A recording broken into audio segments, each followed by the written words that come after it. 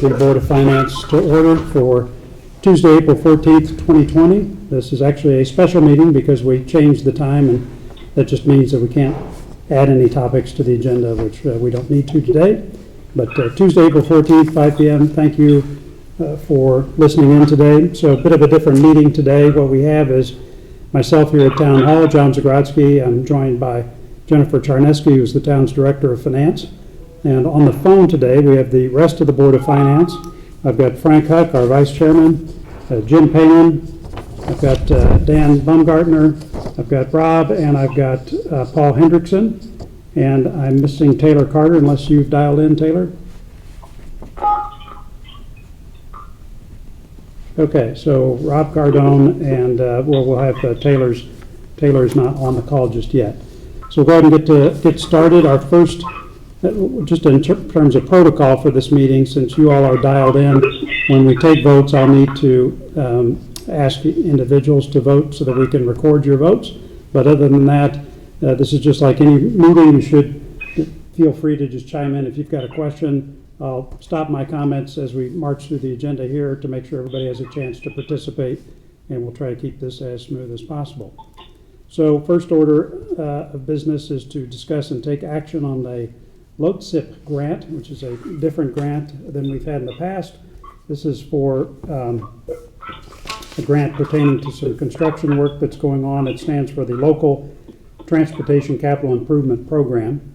And we actually have Ed Gentile here to talk about that, as well as Jennifer, you've got knowledge of that as well. Jennifer, do you have any comments, or should we just let Ed go? Let's just go to Ed. Okay. Hey, John. Yes. Hey, John, it's Dan. Could we ask people to put their phones on mute if they're not speaking? Yeah, that's a good idea. We are getting some background noise, so if you're not speaking, just please put your phone on mute. Okay, that's great. Dan or Ed, you want to come up a little closer? I think this phone is right here. We sort of playing this by ear. So, that's okay. To the viewers, we have Ed Gentile here. He is the Director of Public Works, and will give us an overview of this grant request. Ed. Good afternoon. What you're looking at right now is the grant appropriation for the LOTCIP grant for the project at Norotan Avenue and West Avenue. I'll be working on this project for about 2.5, almost 3 years, so we're getting very close to submitting final documentation for design, as well as all of the documentation for easement acquisition within the right-of-way. In speaking with Jennifer, she thought it would be a good idea to move this thing forward now with approval of the appropriation so that we could cut down some of the time that would be involved with the approval process if we waited till after the project had been bid. The number that you see in front of you has been approved by the DOT. It was developed through an estimate process that the DOT puts together. They do include a lot of contingency within their numbers. They give you a lot of opportunities to include escalation costs based on years from when you submit your original estimate till your proposed construction start date. I feel that the number that we have in front of us right now is a fair number to put out. I also have knowledge of what those contingency percentages are, so I'm pretty comfortable with the number that you're looking at. What needs to be done right now is, with this appropriation, once approved, once we get the final go-ahead from the state, we can actually continue to go into contract. What's ahead of us right now is we are still waiting on 3 signatures on their easements. Out of 7, we have 4. We're still waiting on 3. We did get slowed down by what's going on in the world right now, so there will be a little time. It'll take a little bit of time to get those completed. Once we have those completed, we will submit all those documentation for easement acquisitions and final design to WestCog for their approval. That usually takes about 2 to 4 weeks. And then we'll submit all that documentation to the state. Without the easements, the state will not even look at your design or final design plans. So right now, what is holding us up right now would be the easements. And Jeremy and I will continue to push those forward. Once they get the plans and they do the review, that usually takes 30 to 60 days. We're looking at their approval to bid the project. We will bid it. We'll get hopefully some good bids back. We'll submit it to the state for their approval. They approve the low bidder, and then we go to contract. At that time, we need the money in place. This is right now, this grant appropriation in front of you is a great opportunity to have the paperwork all done and the approvals all in place so that we continue to move this through seamlessly.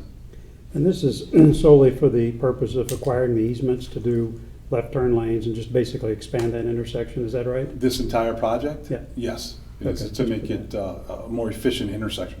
Okay, got that. All right, I know this has been in progress for a long time. Jen, did you have any further comments on this or anything to add? No, I covered everything. Okay. Any comments from any members on the phone or questions? This is Dan. Just one question, which is, are there any deadlines that we're facing before the easement agreements would lapse? And related to that, do we have handshakes with the three signature counterparties we're missing? We just don't have the paperwork.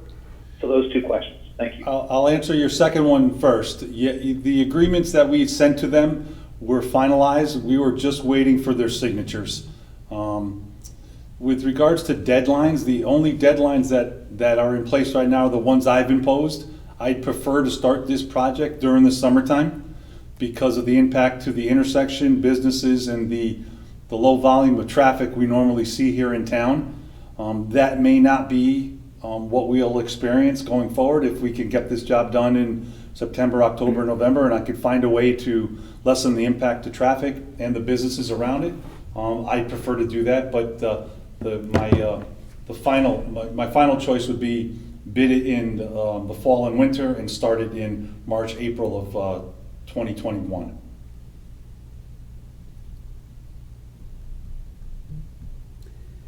Okay, any other questions for this?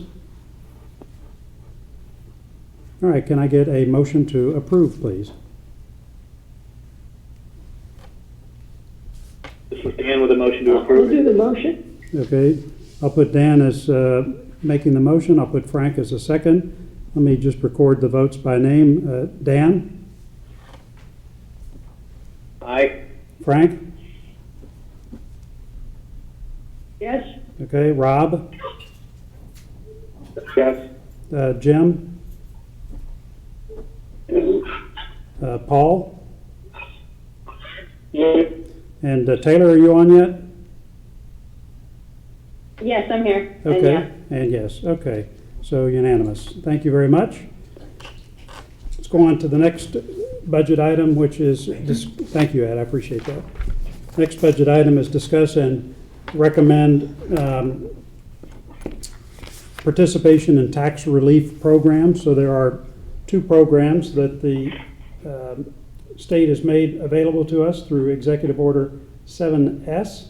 And there's two of them that we really ought to just describe, both for you all and for viewers. So Jennifer, would you like to walk us through the two choices? Right. The first is a deferment of 90 days. So any taxes that are due basically March through July would have their due date delayed by 90 days. It does not change anything that's due. It just simply moves the deadline back. What's most important for this is our July 1 property tax bills would now have a October 1 due date, and after that they would be considered delinquent. The other aspect of this is that there is a OPM has established criteria that we would have to confirm through applications based so that the deferment is based on need. The other option is a reduction in the interest rate. Typically, the interest rate is set at 18% per annum, and this would reduce it to 3% per annum for July, August, and September. So again, for that 90-day window. After September, it would go back up to the 18% per annum. The difference with this one is would be open to anyone, and the only ones who would demonstrate need would be landlords. Okay, and so just at a high level, what are some of the needs criteria for these two, for certainly the first one, which is the deferment? Can you give me a ballpark of what that really means to qualify? I believe for residential property taxes, it is demonstrating a decrease in income of 20%.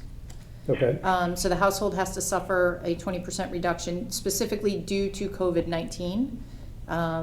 And for business or nonprofits, it has to be that the business is expected to decrease at least 30% in the period March to June 2020 versus March to June 2019.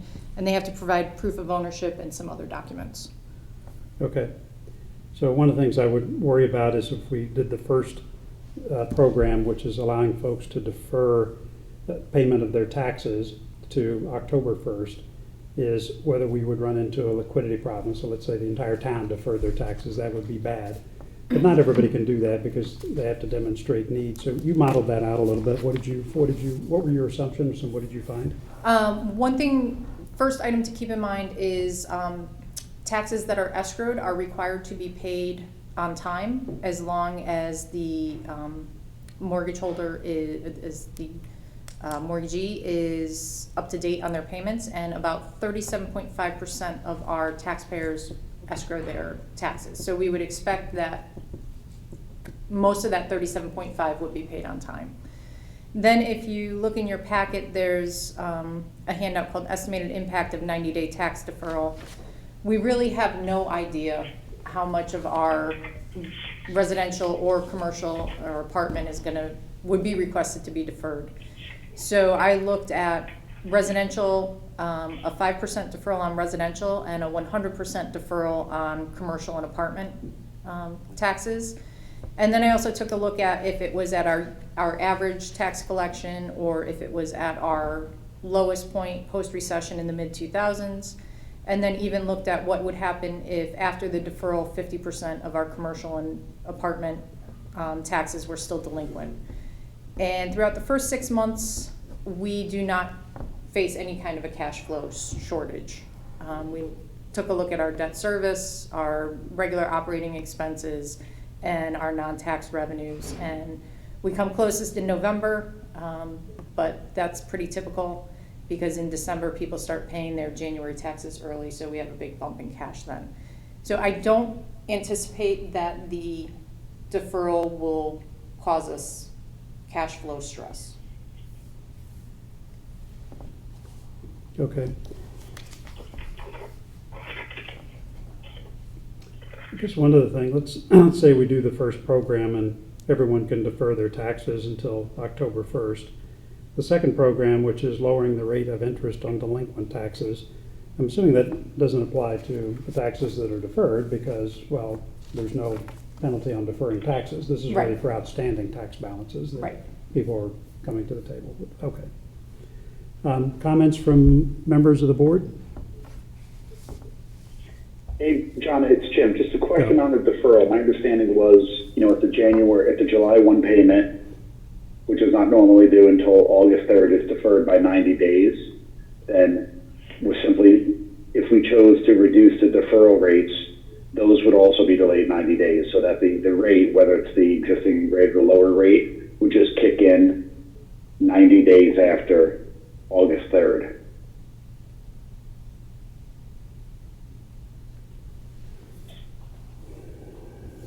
So, Right, so if we I think just it's 60 days. I think it's 60 days after August 3rd.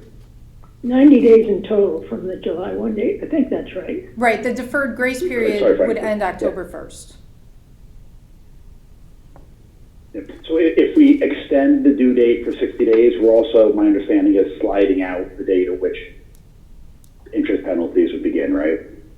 Well, yeah, so taxes are due July 1st with a payment date of no later than August 3rd. And what we're essentially doing is we're extending the payment date from August 3rd to October 1st. So taxes are calculated as of July 1st. They're not, if we adopt this program, they won't be due until October 1st.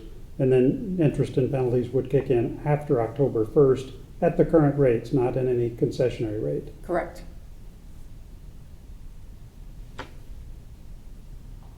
Other questions? Right. If we did the deferment, if we did the deferment and the eligible people wouldn't be charged any interest until October 1, but anybody who wasn't eligible for the deferment would incur whether it was the break on interest, or if we didn't do that program, they would have the normal interest obligation. That's correct. I mean, the assumption being that this really is for taxpayers who've demonstrated a need or have had their income reduced.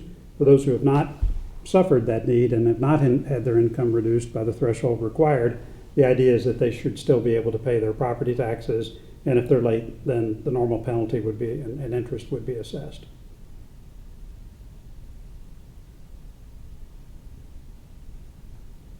I worry a little bit, we have discretion about the criteria for eligibility for the deferment program. I worry a little bit if we do the deferment, that the proposed test that we're given by that Office of Policy and Management is strangely kind of narrow for Darien. So it wouldn't, for example, cover somebody who is self-employed, continues to work a lot of hours, but has very little income coming in, maybe partly because they're paying their employees or that kind of thing. Jennifer, do we have any more depth or details on the criteria for, because it's one thing, as Frank points out, to have an employee suffer a loss of income or a sole business owner suffer a loss of income, but there could be a lot of complicating factors where maybe they're recording income but not collecting the cash, or it's they had the income but had to spend it on things they didn't anticipate so that their net is zero. I'm just kind of curious as to whether they've fully thought out that criteria in any detail. I don't think they've been able to think of all of those circumstances. They have set kind of baseline criteria. So at a minimum, if we do the deferral, we have to apply the OPM standards. Municipalities have the option to expand the deferral program beyond the criteria that OPM has set and include other taxpayer categories. The only caution that I would have with that is on a call that I listened to last week about this, they said when you start selecting specific groups of taxpayers to expand this to, you could get legal challenges of why did you pick this group, not that group. So the recommendation to avoid that would be, if you go beyond OPM, expand it to all taxpayers. Yeah, so it's either OPM or everybody, basically. Right. That would be the Okay. safest way to handle it. Okay. Any other questions on the deferment part? Go ahead. Yeah, Taylor, I'm just wondering why we're using the 5-year average collection rate that's the lowest post the recession and not possibly a more aggressive assumption on that number. Because that was what was available and that's what I used. There's really no significant method to it. We just looked at what was our lowest point after the most recent recession and said if collections were at that rate, what would our cash flow look like?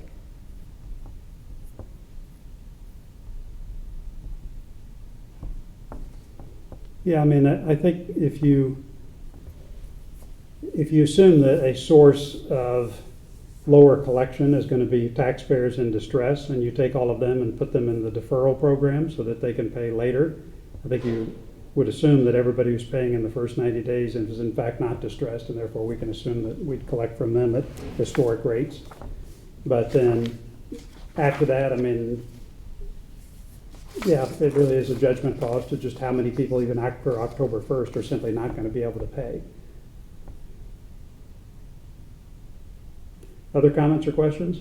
Does anybody have any, this is probably not enough information to answer, but does anybody have any inkling as to what percentage of our households would fall under the criteria, eligibility criteria proposed by OPM? We do not. We used a 5% assumption. We're assuming that the majority of our households have been able to work from home, have been able to maintain their employment status, their hours, and their income, but we don't have anything concrete on that. And the only other, the town has to adopt one or two or both, correct? Correct. Or we could do, we could But just, yeah. John, is it the RTM? So the purpose of our discussing this is to, A, be informed on it, or do we vote on it, or do we recommend it? What are we trying to accomplish here? Because my understanding was that the RTM actually determines which of these programs we move forward on, or is that understanding incorrect?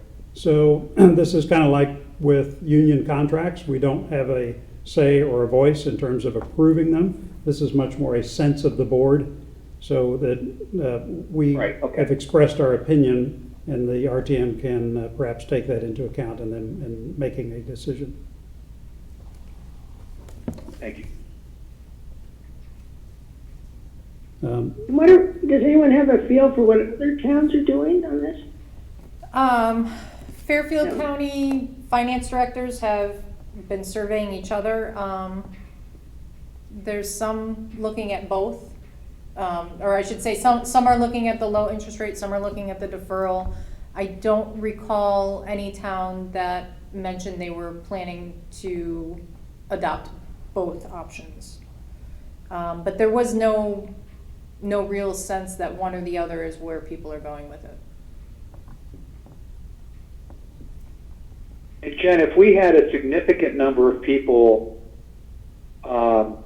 apply for the deferral or for the low interest under eligibility criteria, do we have any sense for what that would involve from a staffing paperwork perspective? Whether that would be, how much of a burden would that put on the town's staffing? They need to be reviewed and signed off on by the tax collector. OPM has a form out there that can be used if we're only using their criteria. We really don't know what the workload is going to be for Kathy. Right.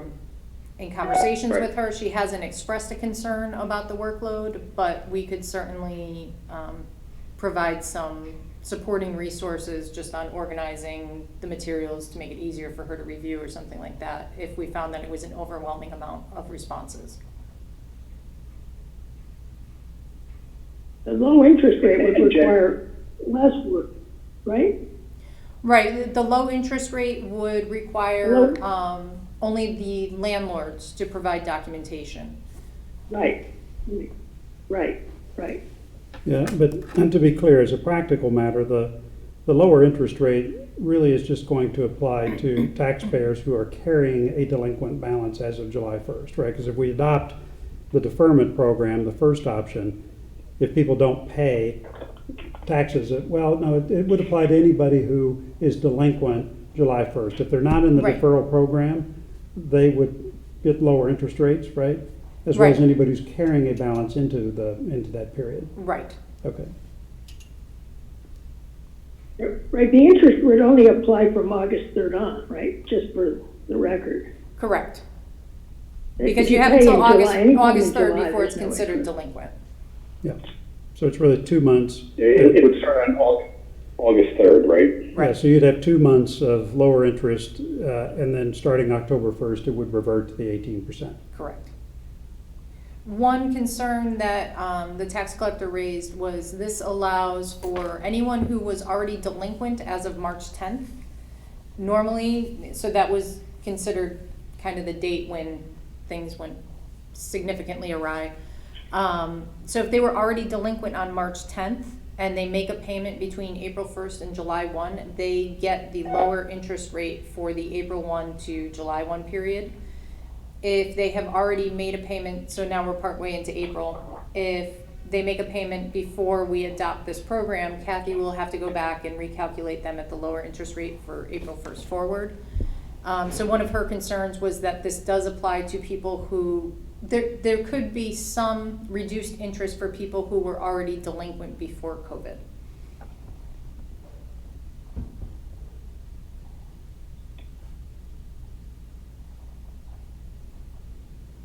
Other comments or questions? Fortunately, it's more.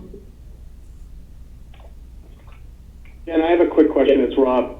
Scenario 3 and Scenario 4, when it says commercial and apartments at a 50% collection rate and 100% deferral, is that 100% deferral until October, and then from there, there's a 50% collection rate? Yes. How are you looking at that? It's kind of confusing me a bit. Yeah, I'll admit I did this very quickly, so the wording's probably a little unclear, but that's exactly what it is. It assumes that 100% of our commercial and apartment taxes are deferred until October 1st, and after that, we only collect 50%. For the rest of the balance of the year. Correct. And just a quick follow-up on that, and this escapes me off the top of my head, do we know the split in generated revenue between others and then commercial and apartment? If you look So is that like which sheet is that one on? page Is that 3, the next little one? Oh, I see it. Yeah, I got it now. Okay, never mind. so we get about 120 million from residential and about 12 million from commercial apartment. Right. Now, what did you assume on the So in collection scenario rate? 1, we're putting in a 5% referral for the residential and others. Okay. Correct.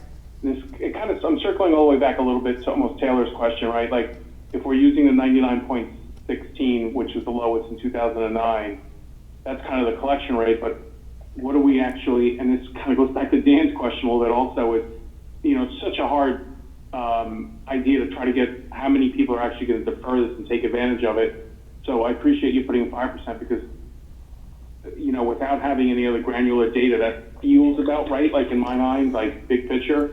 But cool, I get it. Okay, thank you. Hey, Jen, it's Jim here. It's a quick. Jim, go ahead. So, Jen, regarding would we be deferring the sewer charges as well? Yes, it would apply to any taxes that were due from, I think, March 10th onward. So say it was an April 1 sewer bill, that also would be deferred 90 days. It wouldn't go all the way to October 1st, it would just be 90 days from the due date. So they did try to have we looked capture at beyond property taxes. Is the rate at which the sewer commission spends its collections any different than the rate that we as the whole town and kind of Board of Ed spend their money, such that deferring it would have an effect on them in terms of their operations? We did not model them because they have a very significant fund balance. So a deferral on them, even if it did dip into their cash flow, could be mitigated by their fund balance. It's a very healthy fund balance. So their spending pattern is a little bit different. Their most significant expenditure is a steady monthly expenditure to Stanford WPCA. And the other most significant is payroll, which is also pretty consistent. So it is a little different spending pattern, but we did not model it because we were less concerned about the deferral on them. And speaking with Kathy today, she did say that sewer payments are coming in really well. She was very pleased with the amount of collections she's already had on sewer. Okay, and then just Your lastly, scenario. Jim, go ahead. in terms of other bills that we send out, did we ever end up adopting any PACE loans, and does this affect Kathy's collection of those payments? She has a couple of green bank loans. I don't recall if she has PACE. She may have a couple, but they would be very minimal, and I don't think it would have an impact on that. Frank, you had a question? Well, I was just saying, it's interesting, the scenarios you suggested kind of assume that this is basically a program for commercial and apartments as opposed to residential, right? That's who we expect to The be percentage hardest hit. fairly. Yeah, so we're just, for whatever that's worth, I don't know. Just an And- observation about what it. I mean, what for all this I is know, we really may be for. way off on that. We really have no way to tell, but just based on what's going on, we do know that commercial and apartment are hit hard. What we don't know is how hard residential is going to be hit. Yeah, and that's not to say, by the way, that this program is biased towards either, right? Right. I mean, if you're residential or commercial, If you the meet the criteria are the eligibility. same. If you need the help, you sign up for it. The numbers you're seeing are really just an assumption about what percentage of that tax base might attempt to take advantage of this. And the assumption was 5% and 100%.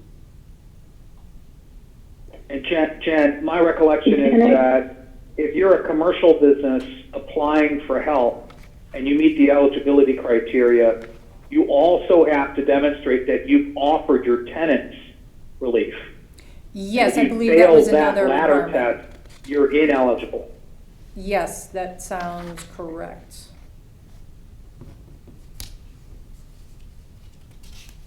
So I have a follow-up question on this history of delinquency history. If we were to go back prior to the last recession and find information that suggests our delinquency rate could actually go much higher than what's been modeled, would that be apples and oranges because of the way we're collecting now versus the way we were collecting then?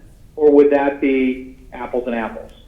I think it might be like a Macintosh and a Granny Smith. I don't think they're that different, but Taylor actually has started pulling together back to, I think, 1980 or 1981, what our collection rate was. And it is lower the further back we go. And I do think that's due to the fact that municipal tax collection has evolved, property tax laws have evolved, just the requirements around paying the taxes have evolved. So I don't think it's horribly different, but there are differences that may not make it comparable. Thank you. And can I just follow up on that? And I'm just wondering and this might be a stupid question, but if 37% of residents are escrowing taxes and are therefore not eligible for the program, are we making a bad assumption that they are fine because that money's going to be delivered this time? Like, is it going to hit our January numbers instead, like 6 months out, that will see a big drop if a lot of those people can't fund the escrow? I think that's possible. I think this is a situation that's changing every day. We're learning about how it's impacting people every day. We may see that if mortgages are going delinquent and therefore taxes aren't being escrowed, there may be another round of some kind of relief for January. I really have no way of knowing, but it is possible that we'll see a drop off in collections in January if things either don't turn around or are worse than we can see at the moment.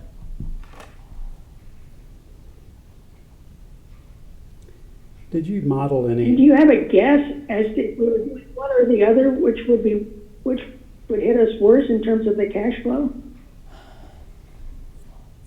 So the fear. No, okay. The fear with the low interest rate is that because it's eligible to everybody, there may be some psychological reason why people hang on to the cash a little bit longer and don't pay in July because they say, it's only a 0.25% monthly interest rate on my delayed payment.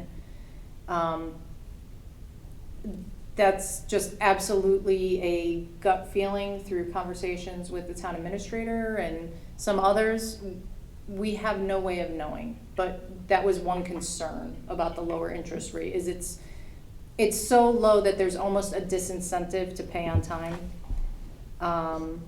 And we do need significant cash flow in July. Mm-hmm. Yeah, people were dipping into their home equity loans or their credit cards to pay that. You wouldn't make the payment right away. Right, if it's only 0.25% for the next month. yeah, so my own view is that I'm inclined to support the first program, which is the deferral to October 1st as a due date. But my sense is that I agree with what's been written in the memo, is the lower interest rate program for delinquent taxes. I would agree with Jen. I think we run the risk of encouraging non-payment, especially if people can borrow for less than what the penalty is, they might as well just keep their taxes outstanding and preserve the cash till October 1st. And as Jennifer just said, we've got significant liquidity needs in the first part of the fiscal year. And so I'm not saying that there's a problem, but I don't want to make it worse. So my own view is that I'd be inclined to support the first program, or recommend to the RTM that they support the first program, but not the second. John, just point of clarification, and that is with the eligibility criteria as set forth by OPM and no modifications to that? Well, so that's a good second kind of question. So if we do the first program, do we recommend that the deferral to October 1st, do we make that eligible for everybody and just say, we just blanket change the due date for all taxes to October 1st so that everybody can do it? Or do we say, look, you really only can do this if you've got a demonstrated need? So I don't know if you modeled that, Jennifer, where you say, let's do that and we have no criteria, in which case you'd assume everybody except escrowed residential taxpayers would not pay taxes till October 1st. I did not model that, but I think that would be significant pressure on our cash. Right, it would be your worry, John, with the second one magnified. Oh, yeah, well, Right, because if we do the first one with no criteria, then basically you have to assume, I mean, why would, if you had the flexibility and nobody cared whether you had paid your taxes by the August 3rd deadline, the current one, or whether you just not pay it till October 1st, I mean, it's Darien, everybody's gonna figure that out pretty fast, and so you really have to assume that 100% of the taxpayers who can will not pay their taxes till October 1st. And what Jennifer's saying is that And John, that, no cash coming in except for the escrow taxpayers, but from really now until October 1st would be bad for us. what I was trying to get at is, assuming we go forward with making this program available to eligible taxpayers, are we accepting the eligibility criteria as set forth by the OPM? Or it sounds to me, Jen, you mentioned we have the opportunity to modify that, but the risk of modifying that is that it could be challenged in court. Yes. So, John, what I think I'm hearing is that where you're comfortable is moving forward on option one with eligibility criteria as set forth by the OPM. That would be my recommendation, but I may be wrong on all those things. You guys tell me what you think. Well, I'm persuaded by what, I was worried that the criteria were really too limited. In effect, they don't deal with the self-employed, or the technically self-employed, but given what you said about the trouble of doing halfway extension, I think I'm in favor of going up, with the OPM guidance. Yeah, and the question would be, I mean, I think it would be helpful to make sure that there's clear guidance for taxpayers to apply for this. So, I mean, if you think about self-employed people, that's going to be kind of like commercial taxpayers. I mean, they've got a P&L or a bottom line, and if they can demonstrate that their P&L is impaired, even 20%, they're eligible for the deferral. So it's not a super high bar, but it does mean that you have to go through, fill out an application, and sign your name saying that, yes, I do have this impairment, and therefore I want to qualify for this program. I think that's much better than just saying we don't care if you don't pay your taxes till October 1st.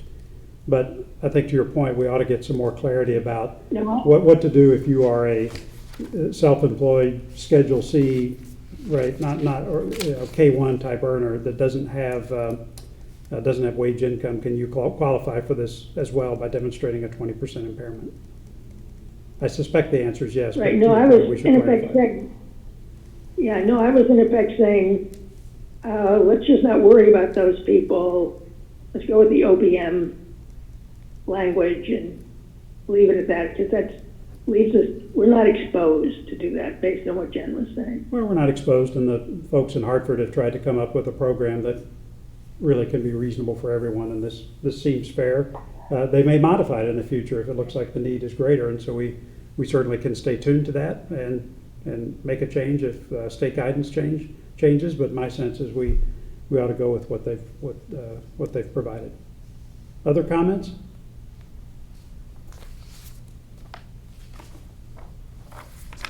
I'm supportive of exactly what you outlined, John. Okay. All right, so Dan, I'll put you down as a yes for that. Let me keep track here. So, all right, so Dan, you're good with that? Jim? Just a question here. Is what we're kind of discussing here whether we're going to recommend the full RTM? Yeah, so this is going to be a sense of the board. I mean, we're going to vote, but just to give them our sense as to whether it's unanimous or otherwise, as to whether what I stated, which is we basically go with what's been recommended in the note. We would adopt the first program, which is the loan or payment deferral program, consistent with the OPM guidance. And then second, we would not recommend the second program, which is the lower interest rates on delinquent taxes from really August 3rd to October 1st. Okay, so Dan. By the way, will the RTM act, will Say the again, RTM Frank. act by April 25th? Yeah, so the RTM is meeting on April 27th, and we'll get to some more of that as part of the budget process, but my understanding is that they would take this up at their April 27th meeting. Right, they're planning to take it up on April 27th, and they've asked council to pursue a delay in our required selection date to the 27th. I suppose if we don't get that, they will have to change their date, but right now they're going forward with a 4/27 vote. Okay. Okay, Jim, back to you. Did you have a sense of this? Yeah, John, I agree with the way that you outlined it. Okay. Jim, Frank? I'm fine with the proposal. Okay.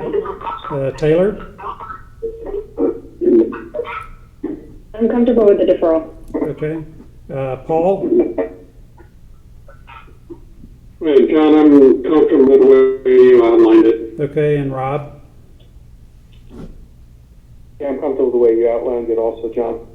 Okay, so that's our unanimous sense of the board or recommendation to the RTM, so we'll note that and pass that along to them. Okay, so next topic on the list is our budget process. So a couple of things about that. The first point is that the governor has issued a number of executive orders as part of this, dealing with this crisis, and there are some of those orders that pertain to the budget process.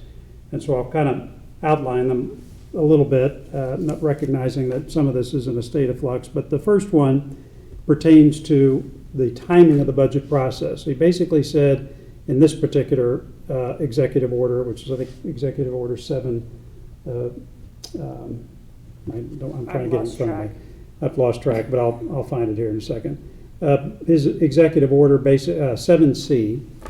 So 7C issued on March 15th essentially delayed all budget deadlines that fall on or before May 15th by 30 days. And so that was the reason that we delayed all of the Board of Finance review processes.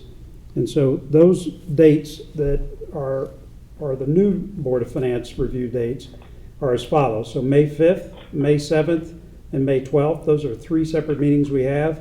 And in those three meetings, we're going to review both the town budget and the Board of Education budget. And so I've sent a revised calendar out to the rest of the Board of Finance. We'll certainly post this publicly so that everybody knows both those dates and the topics that we'll be discussing. But May 5th will be Police, Public Works, and Parks and Rec. May 7th will be Community Environment, Human Services, General Miscellaneous Debt Service, and Other Revenues. And May 12th will be General Government, Protective Services except Police, the Board of Education, Fund Balance, and a few other topics. So we'll get through all of the budget topics in those three budget work sessions. Now, May 14th, we've set that date for the Board of Finance to have a final vote on the budget and to set the mill rate. So all that's like we've done in the past, just delayed by 30 days. So that's the current schedule. The other wrinkle with all this is a separate executive order from the governor. This is Executive Order 7I. So Executive Order 7I basically, among other things, says that the RTM, for us, since we have a representative town meeting form of government, the RTM will authorize the budget-making authority, which in this case is the Board of Finance, to do the final approval of the budget. So in other words, the RTM would grant the Board of Finance that authority, and there would be no RTM vote on the budget. So the schedule is that at its April 27th meeting, the RTM is going to vote to grant the Board of Finance that authority. So we will have the final, as a board, have the final say on that budget without a formal RTM vote in June, which had originally been planned for June 10th. So we'll continue to work on all this, but one thing I want to stress is that since the Board of Finance is going to have this important authority, there's, I think, an extra need for transparency and inclusion. So I know Jack Davis, who is on the chairs the F&B for the RTM. Over the last several years, we've had a buddy process with members of the RTM but F&B, and the way that works is when we do our budget reviews, there's members of F&B who join us so that they can participate in our review process, ask questions alongside, and we can all get all of our diligence and inquiries done together as opposed to having a separate RTM process. We're going to expand that a bit this time around. I know the chairs of the various RTM committees are going to, I believe, appoint members to join us in that process so that we'll have a more inclusive process and make sure everyone in the RTM has a chance to raise their questions as part of our review, since they won't have a chance to do it in the RTM.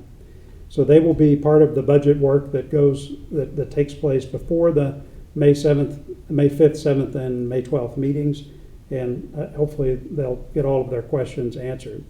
In addition, we're going to make sure all these meetings are aggressively publicized.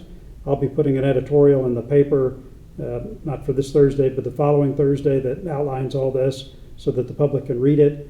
But we're going to make sure that all of this is as transparent and as inclusive as possible, so that if anybody has a question or wants to be included in some way to get their questions answered, we will make sure that that happens. So that's where we are just in terms of the process.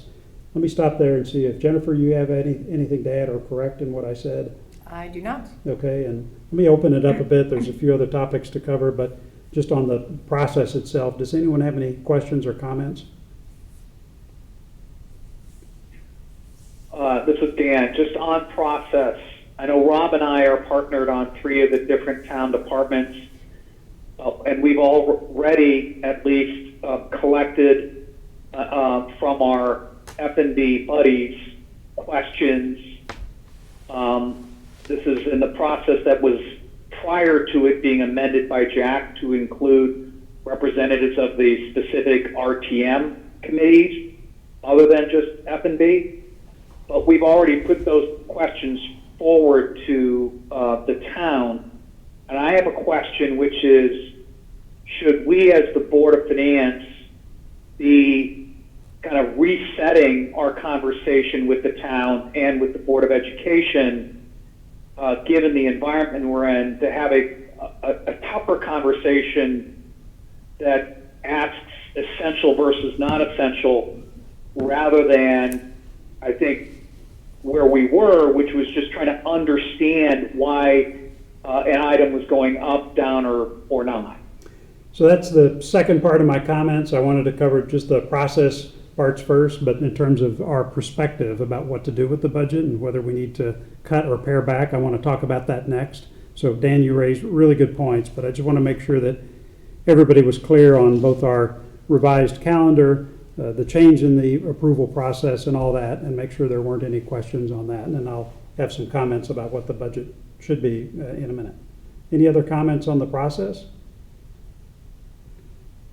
Okay, hearing none. So building on Dan's question, I'll see if I can answer that. I have been in conversation with our first selectman on the town side of the budget, as well as the chairman of the Board of Education, about this very topic. Certainly I've heard from a number of taxpayers who, given the current difficult times and uncertain times, have asked the very good question, which is whether we should be raising taxes at all. And shouldn't we be trying to cut these budgets back so that at least there's no increase from the current fiscal year to the next fiscal year, given all the challenges that we face. So if I can represent our first selectman properly, I think she is very much in tune with those concerns and is in the process of asking her fellow selectmen as well as department heads to address that very question, to see if it's possible for the Board of Selectmen to make some judicious cuts without cutting too far, if you will, but still try in the spirit of these concerns to get as close to a zero increase as possible. I spoke earlier today with Tara Achman, who chairs the Board of Education, that she is certainly mindful of these concerns as well, but I think rightly is looking to us as the Board of Finance for some guidance, right? So could she come out and work through various scenarios for cutting the Board of Education budget? Of course. But I think, and as I said, rightly so, she really is looking for us to have a point of view about what we would recommend to both the Board of Education and the Board of Selectmen in these times. So one of the things I asked Jennifer to do was, as a straw man, what would it take to actually get to, well, first of all, how do we want to define a 0% increase? And then second, what would it take to get there? So my sense is that 0% increase is not necessarily a 0% dollar budget increase from last year, but really a 0% mill rate increase. Is that where we ended up on that? Yes. Yeah. So keep in mind that the value of the grand list has changed. And so if you had a precise dollar measure of the budget and said, I'm just going to hold the dollar measures of those budgets to zero between the two fiscal years, that your mill rate would actually drop because the grand list is bigger. So what we've decided to do, again, subject to input from all of you, is define a 0% increase as a 0% increase in the mill rate.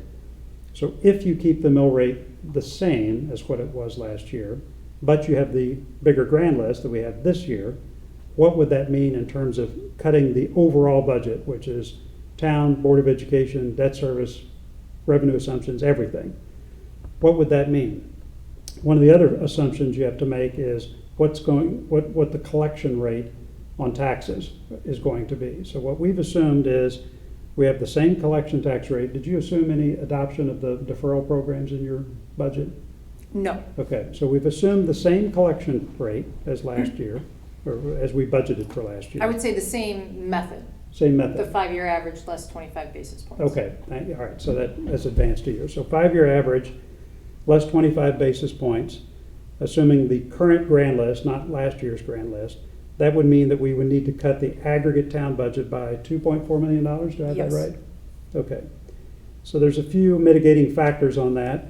One is our forecasted interest income of $700,000. That's probably too high. In fact, most certainly too high for this year. But at the same time, we've done some refinancing of town debt, which has reduced interest costs. So net, if I have this right again, Jennifer, explain this to me, we can assume the net of interest income lost and interest savings from refinancing to be kind of zero? Right. What we can do with the debt service as a result of the new issue and refunding offsets the majority of what we need to decrease on the interest income. Okay, so we're kind of back at the need for a $2.4 million cut. We have about $1.3 million in capital expenditures that are built into the operating budget. In other words, they're not bonded. So one thing we could do is cut all of those, and we could either bond them. In other words, you still do them, but you just bond them, which would have minimal impact on next year's budget if we did that, or you just don't do them. In any case, we would say let's for the first cut to get us the full 2.4 million, we take out the $1.3 million or so in capital expenditures.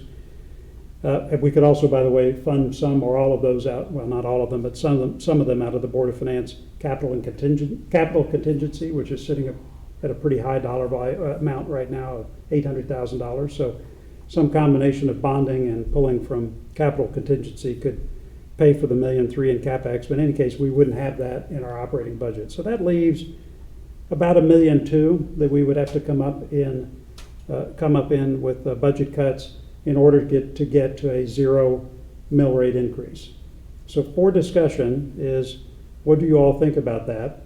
And how should we think about modeling this further? I think one of the things we probably need to do is we ought to lower our collection rate a little bit in terms of that assumption, which would mean we'd have to come up with a higher cut than the 2.4 million. I don't know what's a reasonable number on that. We maybe ought to do some more research back in time just to see how low the collection rate could possibly go in really bad times.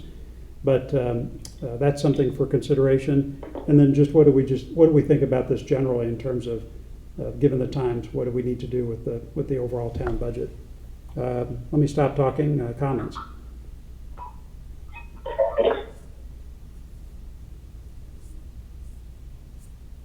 John, would it be feasible to use any of the fund balance to help buy down the mill rate, or is the fund balance at an appropriate quantity right now? So our target is 12% of budgeted revenues, and we're at 15-ish. We're a little over 15, which, based on the budgets that were turned over to you from Board of Selectmen and Board of Education, fund balance in excess of the 12% target is a little over $4 million.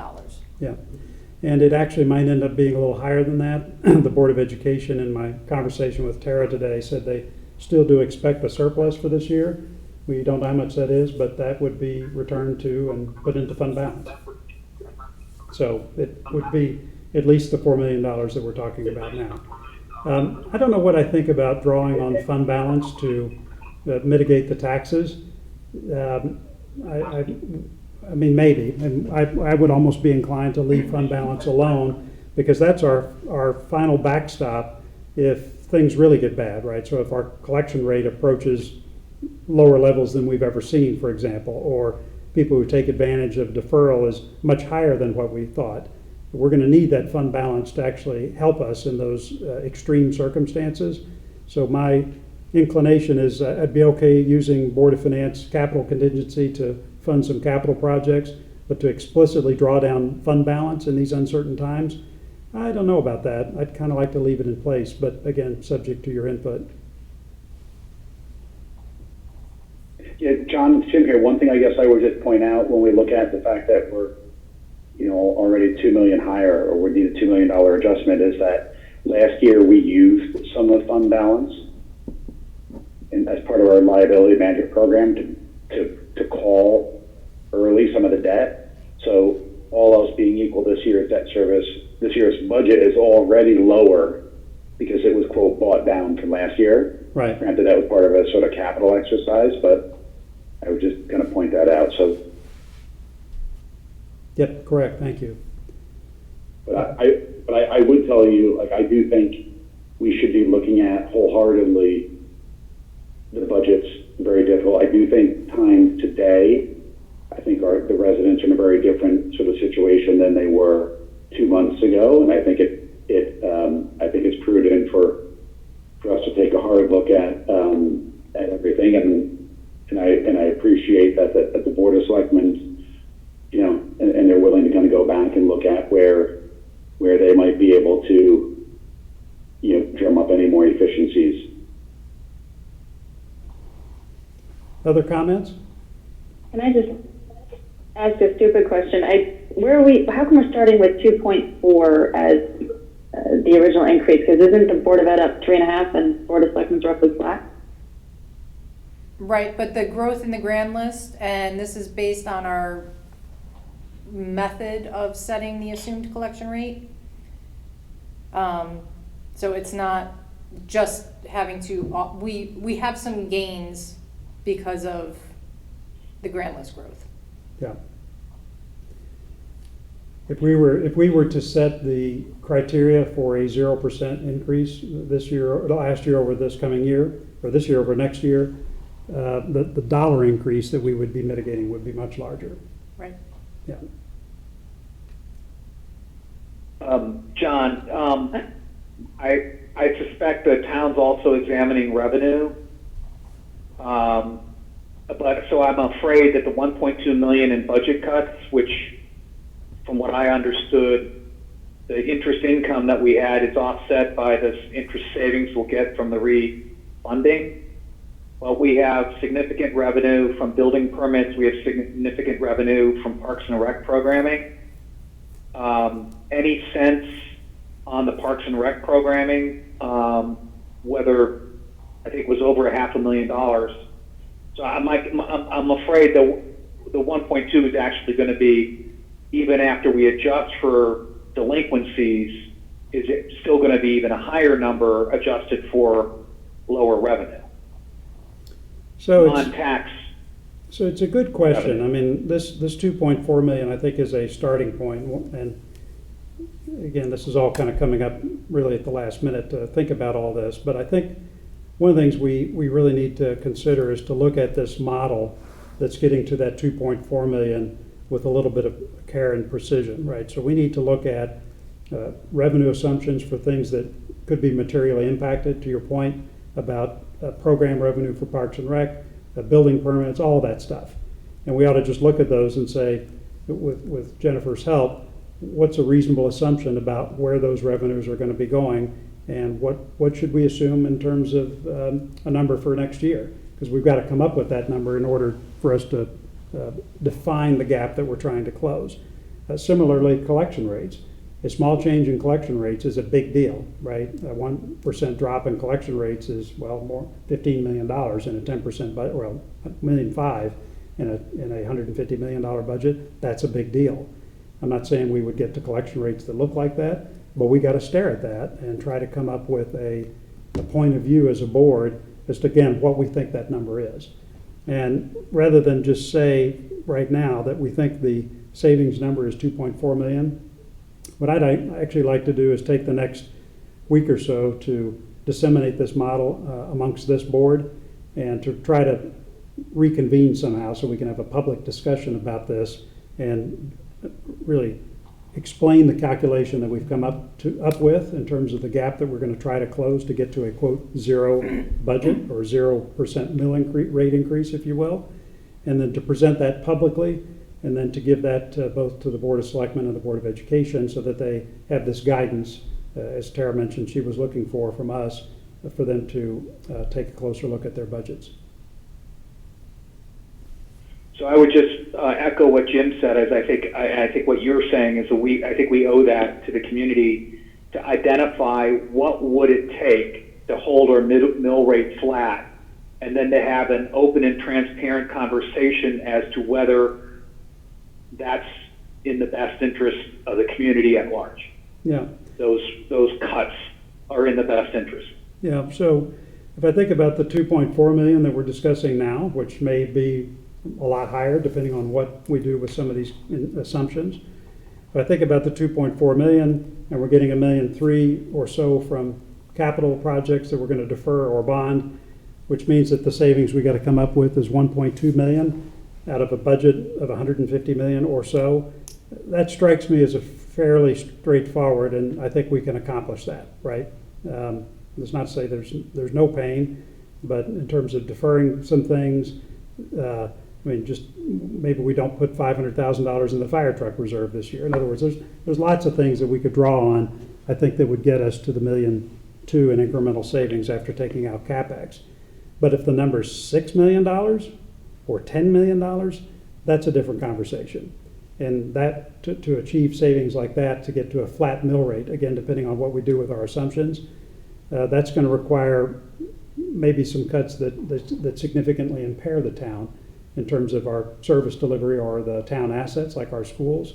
And that's a much harder discussion. So what I think the way I would sequence this is, and I'll try to get out a note, and I'm happy to put this in the paper and make it as public as possible, but the first thing is to define what we mean by zero. I think zero means a 0% mill rate increase as opposed to a $0 budget versus the current fiscal year. Again, subject to your input. Then I think what we need to do is review the key assumptions, the ones that are worth a lot of money. And I think those are collection rates and assumptions around key components of revenue, for example. Is let's take a close look at that and come to a shared point of view, and then we'll set that as the gap that we're trying to close. And I got a third issue then, which is how do we allocate that gap? So let's just say for a minute that it's the 1.2 million that we've been talking about. So the question there is, who's responsible for what? So I think we've got to decide how much of that gap we allocate to the Board of Selectmen and how much do we allocate to the Board of Education.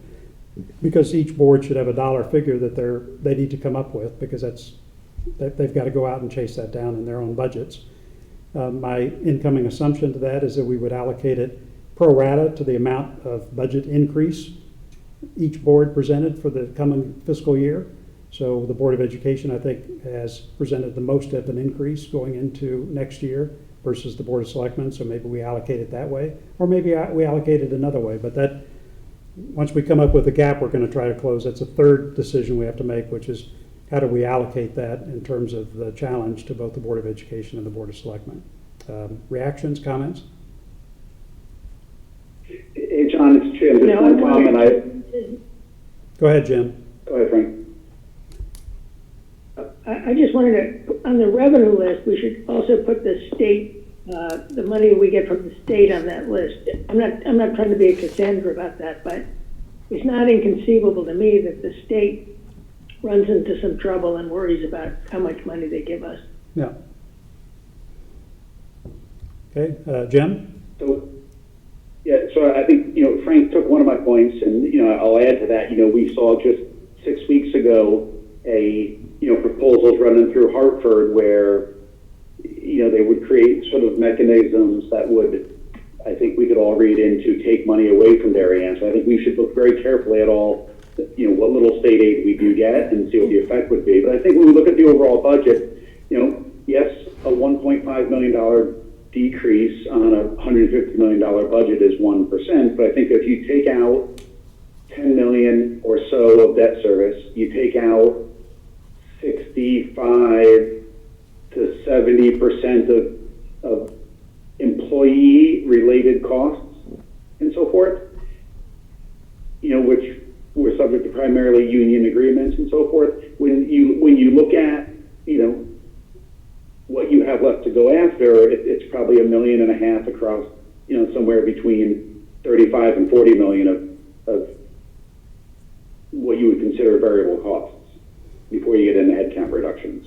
Yeah, that's right. I think personnel cost reductions, especially for unionized staff, is going to be hard to do. And some municipalities have worked through some of that and have found that to be the case. So.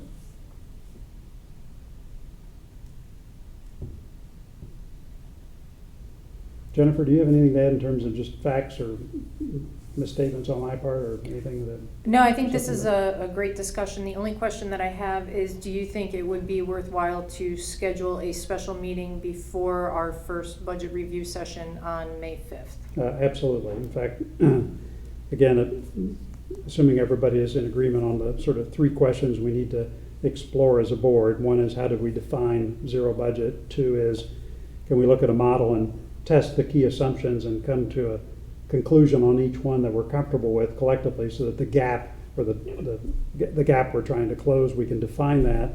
And then three, how do we allocate that gap to the Board of Selectmen and the Board of Education? Those strike me as sort of the three questions that we need to answer, and I think we ought to have a public meeting about it so that everybody can see the decision making on all that. And I think we probably need a special meeting to do that. Comments, reactions? I'll just share that. Okay. Sorry. I was just going to say, one more thing we should ask about is whether, this would be particularly true on the Board of Ed side, but it might be true on the Board of Selectmen side, as to whether this crisis has created additional funding needs, specific funding needs on their part. For, distance learning or human services or, so that goes into that might go into the equation here. Yeah, it's an interesting point. I mean, for example, I know that there have been some concerns raised by some parents around the needs of their children, the special education and otherwise, so that they can get the education they need while they're at home. And so if all the kids return to school next fall, that's great. But if they don't, that actually could be a significant investment that we need to make sure that those children still have equitable education opportunities. Another one could be that if schools are closed into the fall, a lot of parents I'm hearing, and it's true from my personal experience that I know of, at least for the school board I'm on, that's a boarding school, are worried about sending their kids to boarding schools. So there could be a lot of children returning from boarding schools to the Darien public school system, and somewhere upwards of 20% of the kids in Darien are not in the Darien public school systems and could come back. So that could put a new stress on the Board of Education and therefore a need for new funding. So I think my point about all this is that we really are in uncharted waters. It's hard to say exactly what the budget requirements are going to be into next year. If this extends beyond June and July, if it kind of wraps up and we're able to get to something that feels a little bit more normal into the fall for next year, I'm modestly more optimistic, but if that's not the case, then all bets are off. That's also why I think we need to do everything we can to preserve fund balance, which is our last backstop against protecting us in the case of those higher expenditures. I was just going to share that, I have been gathering this data. I've shared it with Jen, and once I finish it, I can share it with all of you. Going back as far as I was able, which was only 1981, and looking at delinquencies. Recently we've enjoyed delinquencies of, 20 to 30 or 40 basis points, but the peak was in 1991 when it was 2.04%. So, if we used $135 million, the difference between, I guess if we looked at what we were using last year, or our delinquency rate last year, which was about 32 basis points, compared with the high, it would be over $2.3 million in additional money we'd have to find.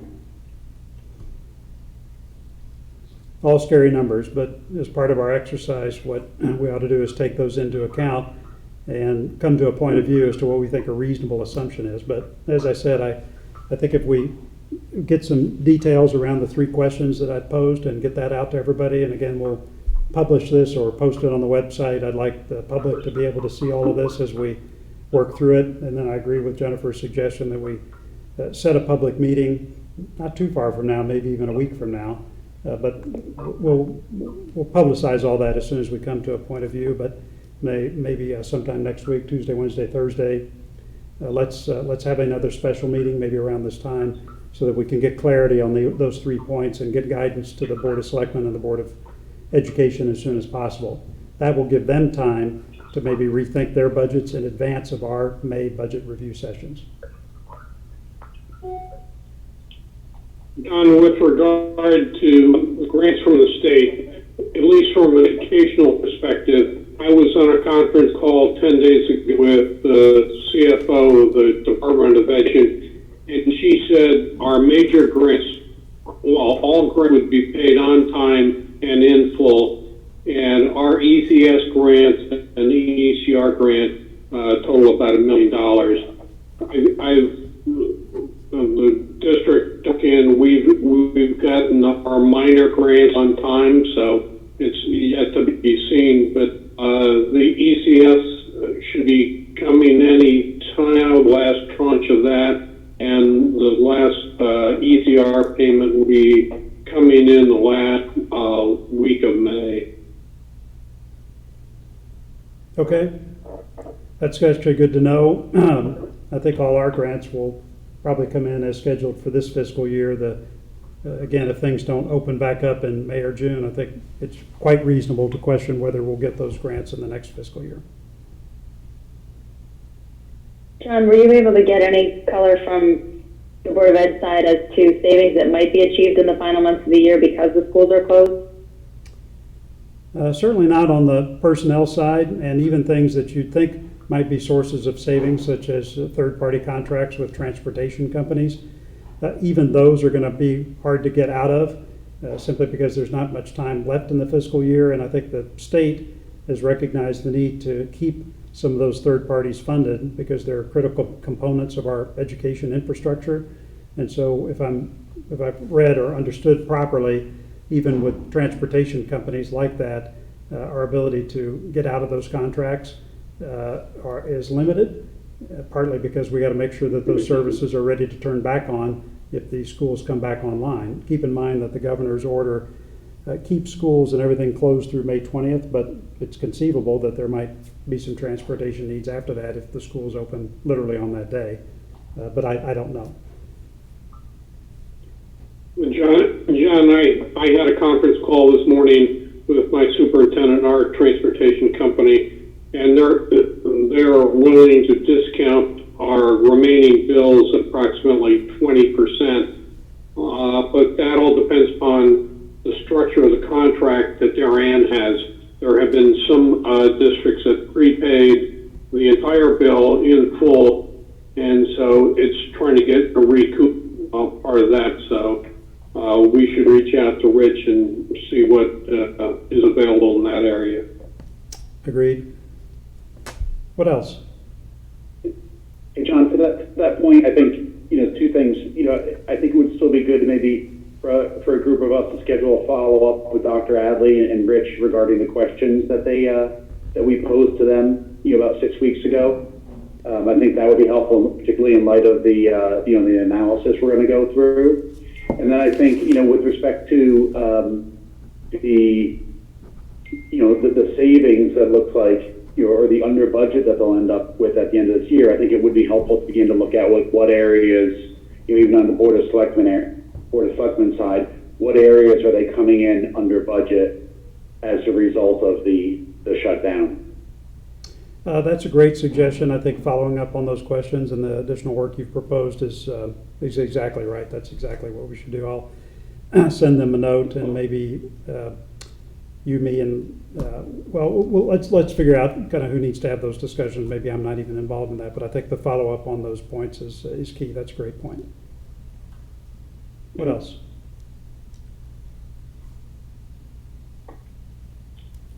Okay. So I don't know, there's no further action we need to take at this moment. Just next steps, I will work with Jennifer and we'll get out some proposed dates and times for a special meeting, and we'll also work out a bit of a work plan on the 3 topics that I discussed so that we can come to a firm point of view about the amount of the gap that we need to close in order to get to a zero budget. And then let's put that out to the Board of Education and the Board of Selectmen based on our allocation decision, and we'll try to get that done at our special meeting next week when we get it scheduled. Sound good? All right. So let's move on to our next topic, which is representative for the Oxbridge Building Committee. This is something that I've thought about for a while, but as you all know, I sit on the Oxbridge Building Committee as the Board of Finance representative. I would actually like to step down from that role. That will just give me a chance to manage my workload commitments across both my regular job as well as my other civic duties and a few other things. So I've talked to Jamie and I've talked to the chairs of the Oxbridge Building Committee about this, and they all understand the rationale for that. I've also talked to Dan about him taking over for me as the Board of Finance representative to that committee, and he's agreed to do that. So I just wanted to have that as a formal discussion today, and maybe do we need to vote on that? I don't know. It wouldn't hurt. Wouldn't hurt. So anyway, I do appreciate Dan's willingness to do that. There's I think a couple of meetings that are scheduled starting tomorrow even, but I will let the building committee members know that you'll be taking over for me, but I appreciate your willingness to step up to that and give me a little extra capacity in my schedule. So unless there are any other comments on that, I guess we'll just go through and take a quick roll call, unless Dan, you had any other comments before I do that? No, glad to do it. Big shoes to fill. Yeah, big clown shoes with sort of pom-poms on them, so I don't know. I think yours will probably be better. Okay, so I'm going to take Dan as a yes on this. Can we get a motion? We do need a motion, thank you. Who would like to move Dan as the new representative to the Oxbridge Building Committee? I'll move. Oh, yeah. Okay, Frank, second? Rob, okay. Let's see. So Dan, you voted a yes. Jim? yes. Frank? Yes. Rob? Yes. Taylor? Yes. And Paul? Yeah. Okay, terrific. All right, unanimous there, Dan. John, do I technically does Dan have to abstain? I don't see why you'd need to abstain. You can, Okay. we'll All put right. you down as a Then yes yes. too. All right, Thanks. very good. Okay, so unanimous, and I appreciate that. Next topic is the financial report. Jennifer. What you have in front of you is through March 31st, 2020. I will admit that with working remotely and just the timing of putting this together on April 7th, we do have a bit of a lag in posting, especially on the revenue side. We've been very current on AP, but revenue is a little different. So the property tax numbers that you see are through February, but still very healthy collections, and things continue to do well on property collections. Building permits in April, we have started to receive for both actually fire marshal revenue as well as regular building permits, payments from Federal Realty related to their project. So that money is starting to come in. On the expenditure side, things are tracking well. We do have, we're over budget on accrued benefits payout, but we've had vacancies, so I expect that we'll be able to cover that within the benefits department and not have to hit contingency. Any other questions on the report? I then plan to give you an update on the bond issue and what we have spent to date on COVID. Yeah, just one question. Is there anything that you're hearing that's not reflected in these numbers yet that would cause any concern for the finishing out of the rest of the fiscal year? I have heard rumblings that the building department is not seeing as much activity as they normally would. So our base permits may be dropping off. And I'm not sure, the town clerk's office seems to bring up a lot of deposits, but I'm not sure if they're seeing any fall off on recordings and conveyance fees due to any kind of real estate slowdown. Okay. Other questions for Jennifer on the financial report? Hey, Jen, just a quick question. It's Rob. Where does the daily revenue, daily permit revenue roll into here? Is it other revenues? The daily pay station revenues, that would be on page, that would be in the parking fund is the vast majority of it, which is on page 8. You see parking pay stations. That's our daily pay. And there is a lag because most are through credit card payment, and so by the time we get the statement and post it, there's definitely a lag. Yes, I think this number, it's not a huge number, but when we're building out, John, when we're building out this contingencies for, potential zero-based budget, these are the little items that are going to probably pop up that need to be put in your analysis, right? Because when you drive by, there's nobody contributing on a daily basis, and does that go for, is that March, April, May, and, is that 200,000 we're losing that we have to put into the calculation? But these are the little things I know you guys will go through and present to us, but it was just one of the things that came off the top of my head. So Yeah, I'm hoping that by the time we need to make a decision on all this, and by the way, our mill rate vote is set for May 14th. The RTM vote was originally set for June 10th. We might actually just delay our final mill rate vote to June 10th, or we have two votes. One is May 14th, which I guess is our required vote, and maybe we have a revote. I don't know, again, I'm just speculating as to whether that's possible, but we have a revote on June 10th. In other words, we have it as late as possible so that we can take into account as much new information as possible in making decisions about next year. Because by June 10th, either we could be still trapped in this situation, in which case that's bad, or we could see real glimmers of hope. But in either case, we could have a different point of view on the mill rate on June 10th than we might even on May 14th.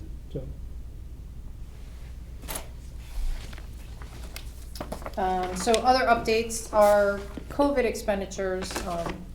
Questions came up of, are we incurring additional expenses? Are we seeing significant savings? At the moment, I would say we're not seeing significant savings. We have not furloughed any employees, so we are still paying our regular payroll. That's the biggest expense that we have. Right now, we're not running park and rec programs, so while we don't have the revenue coming in, and we did have to refund registration fees for programs that were canceled, we're also not incurring the expense of those programs. So most of those are self-supporting, So it's kind of a one-to-one on those.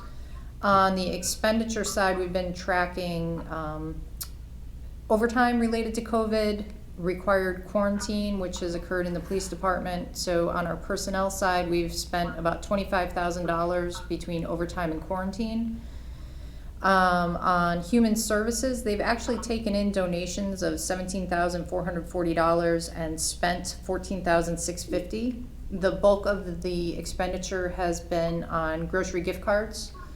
They spent over $12,000 on that. The bulk of their donations have actually come from the Board of Ed for the grocery gift cards for free and reduced lunch eligible students. Great. And then we've had minimal other, only a few $100s of other invoices that have come through specifically related to COVID.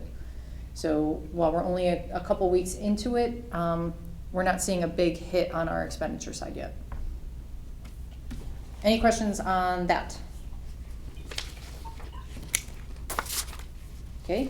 And then the last piece is, it looks like our bond sale is on for tomorrow. We have a pre-pricing call at 9 a.m. and then we have our final call at 1 o'clock, which John and Joan Hendrickson will be participating in as the required approvers.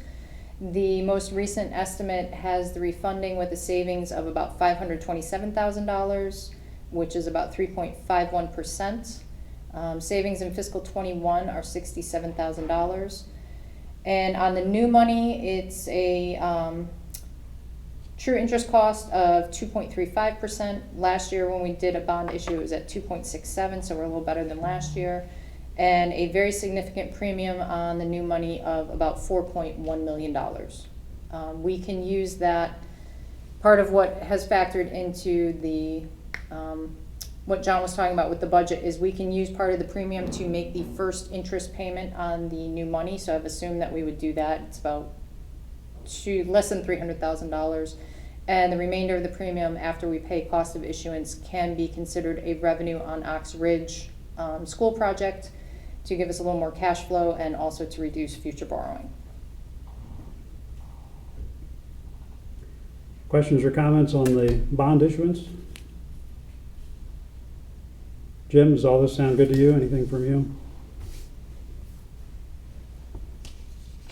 Yeah, I guess one thing I would ask, Jen, if we have like an updated set of DDC numbers that would be great if you could pass that around just to take a look at it.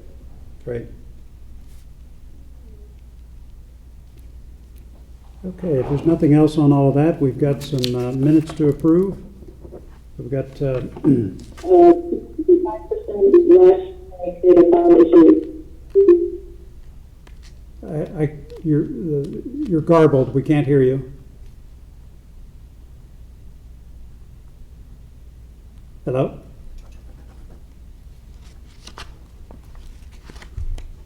Okay, Did we just lose everybody? Is everybody else still on the line? No, Dan's on. Okay, thanks. Bob's on. All right, great. We've got 4 sets of minutes to approve for February 25th, March 3rd, 10th, and 17th. Dan has reviewed those minutes, and I have skimmed through them myself. They look fine to me. Does anyone have any edits or corrections to any of the minutes that have been presented? Okay. So let's march through and get these approved so we can get them cleared out. I'll start with February 25th. Everybody was here except for Frank. So can I get a motion to approve the minutes for February 25th? Dan. Motion. So Dan, second. Second. Paul? Okay. So I'll assume Dan votes yes, Paul votes yes, I vote yes. Jim? Yes. I vote yes. Okay. Rob? Yes. Taylor? Yes. And then Frank will abstain you since you had missed that. So February 25th minutes passed 6-0 to 1 abstention. Okay, March 3rd. Everybody was here. Can I get a motion to approve the March 3rd minutes? So move, Rob. Rob moves. Second. Jim. Okay, I'll assume Rob and Jim are voting yes. Taylor? Yes. Okay, Paul, Yes. Frank, Yes. and Jim. Yes. Okay, 7-0, thank you. Sorry for the tedium here. A couple more to do. March 10th, everybody was here for that. That was the statutory, or regular meeting? Looks like the statutory Public meeting. hearing, The yep. public hearing, thank you. Everybody was here for that. Motion to approve the March 10th minutes. Dan, Dan, Motion. Dan, Paul, second. Okay, I'll assume you two are a yes. Jim, Yes. Taylor, Yes. Rob, Yes. Frank. Yes. Okay, 7-0 for the 10th. And our last set of minutes, these are for March 17th. Everybody participated. Taylor and Frank were by conference call. That was our first COVID-19 meeting. So motion to approve the March 17th minutes. Rob, so moved. Rob, second.